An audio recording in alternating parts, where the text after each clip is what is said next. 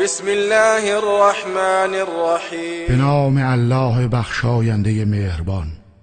اذا الشمس كورت، هنگامی که خورشید در هم پیچیده شود. و اذا النجوم انکدرت، و هنگامی که ستارگان بینور شوند. و اذا الجبال سیرت، و هنگامی که کوه ها به حرکت درآیند. و اذا العشار عطلت، و هنگامی که ماده شتران باردار رها شوند. و اذا الوحوش حشرت، و هنگامی که جانوران وحشی گرد آورده شوند. و اذا البحار سجرت، و هنگامی که دریاها جوشان و برافروخته شوند. و اذا النفوس زوجت، و هنگامی که روح ها با تنها قرین شوند. و اذا الموءودة سئلت، و هنگامی که از دختر زنده به گور شده پرسیده شود. بأي ذنب قتلت، به کدامین گناه کشته شدند. و اذا الصحف نشرت، و هنگامی که نامه های اعمال گشوده شوند. و اذا السماء کشطت، و هنگامی که پرده از روی آسمان برگرفته شود. و اذا الجحیم سعرت، و هنگامی که دوزخ افروخته و شعله ور گردد. و اذا الجنة ازلفت، و هنگامی که بهشت نزدیک آورده شود. علمت نفس ما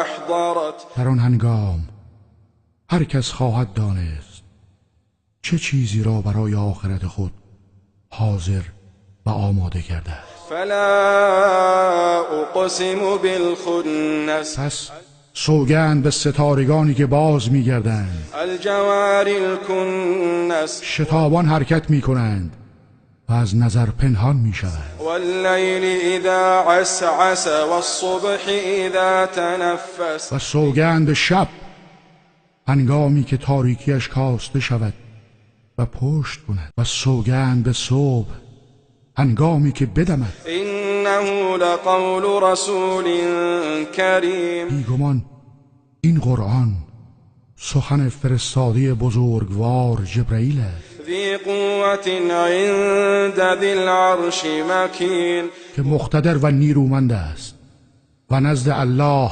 صاحب عرش مقام و منزلت والایی دارد. مطاع ثم امین، در آسمان ها مورد اطاعت فرشتگان و امین وحی است. و ما صاحبكم بمجنون، و ای مردم، همنشین شما محمد صلی الله علیه و سلم دیوانه نیست. ولقد رآه بالافق المبین، و به راستی او جبرئیل را در افق روشن دیده است. و ما هو علی الغیب بضنین، و او بر آنچه از طریق غیب به او وحی شده بخیل نیست. و ما هو بقول شیطان رجیم، و این قرآن گفته شیطان رانده شده نیست. فأین تذهبون ان هو الا ذکر للعالمین، پس به کجا می روید؟ این قرآن چیزی جز پند و اندرز برای جهانیان نیست. لمن شاء منکم ان یستقیم، برای کسی از شما که بخواهد راه راست در پیش گیرد. و ما تشاءون الا ان یشاء الله رب العالمین، و شما نمیخواهید مگر آنکه پروردگار جهانیان بخواهد.